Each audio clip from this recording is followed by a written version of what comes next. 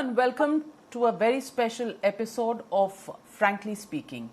Joining me today is Anupam Kher, actor, author, Kashmiri activist, and these days a mental health expert, a man who motivates people after being through several issues in his own mind, in his own life. Thank you very much, Mr.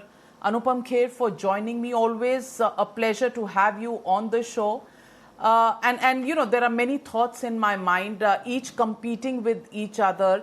कि अनुपम खेर आए हैं तो किस चीज़ से शुरू करें, क्योंकि इतना भंडार है आपसे बातें करने का कि ये समझ नहीं आता कि किस टॉपिक से शुरू करें, क्योंकि आप हर टॉपिक पर इतनी डेप्थ की बात कहते हैं कि इंसान हर मौजू पर आपसे चर्चा करना चाहता है. But first let me begin with Anupam Kher.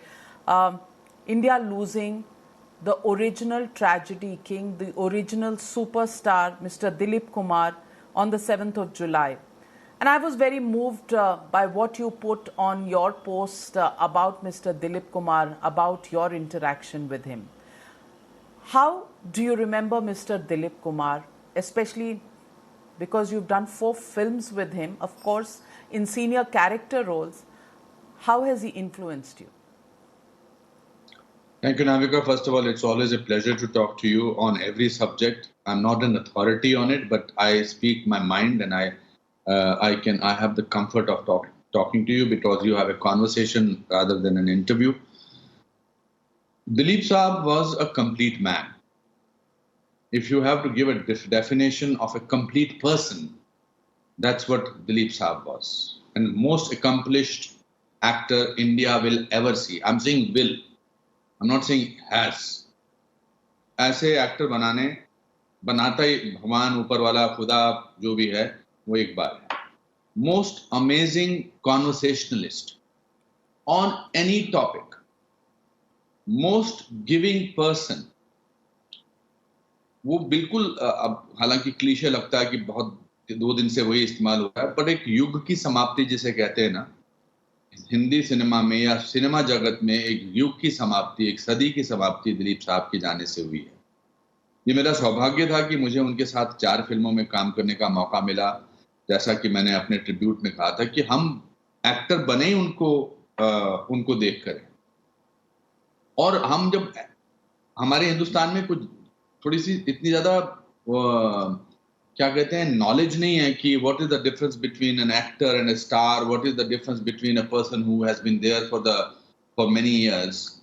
He was the first actor who could be realistic as well as exaggerated as well as comfortable in doing tragedy and doing comedy. मैंने उनकी गोपी 10 बार देखी और राम और श्याम 40 बार देखी, और मधुमती वगैरह ये फिल्में तो मैंने देखी इसलिए थी. और मैं हैरान होता था हमेशा कि why is he so believable in every single thing that I watch of his. मैं स्कूल से एक ही बार भागा हूं क्योंकि मेरे स्कूल के बाहर एक रिगल थिएटर था शिमला में, और वहां गोपी फिल्म लगी थी, और गोपी फिल्म की टिकट खरीदते समय मेरे नाक में भी चोट लग गई थी. So these are the incidents one has seen. His dialogue delivery, his understanding of characters, how to do less and yet convey the most amazing emotion one learned from him or one saw him doing it.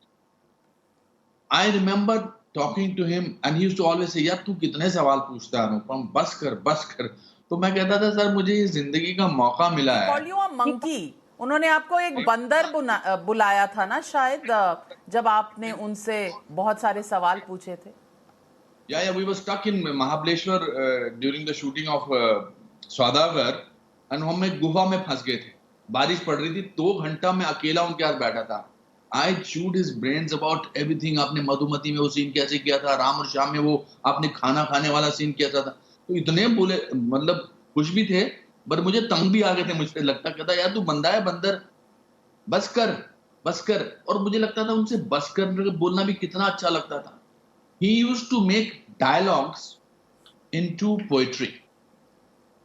I remember my mother, I remember Kiran, I remember Kiran's mother, every time really drooling when it came to Dilip साहब, class जिसे कहते हैं ना, class actor.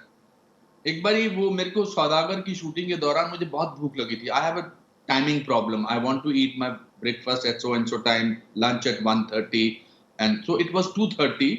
उनको बुलाया था तो lunch break नहीं हुआ था and we were in Manali sitting and waiting for the next shot and break नहीं हुआ था and I was dying of hunger.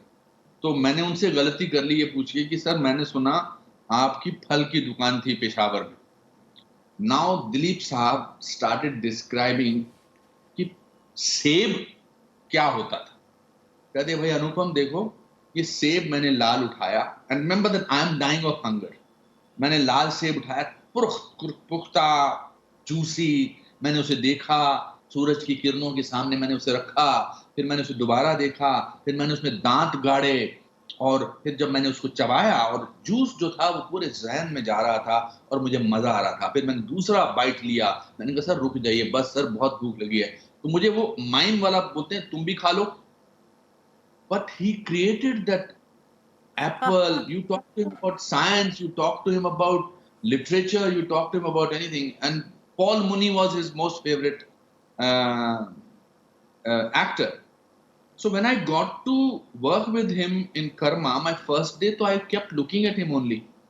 कि सर के हाथ कैसे हैं, सर कैसे सफेद कपड़े से गाड़ी से उतरे थे कुर्ता पजामा पहनकर, सर कैसे बैठे। तो जिस हसरत से मैं उनको देख रहा था कि सुभाष घई साहब रियली स्ट्रेस में आ गए और मुझे कॉर्नर पे ले जाके बोले भाई अनुपम तू मेरी फिल्म का मेन विलन है, ऐसे प्यार से देखेगा तो कैसे चलेगा। I remember that so clearly.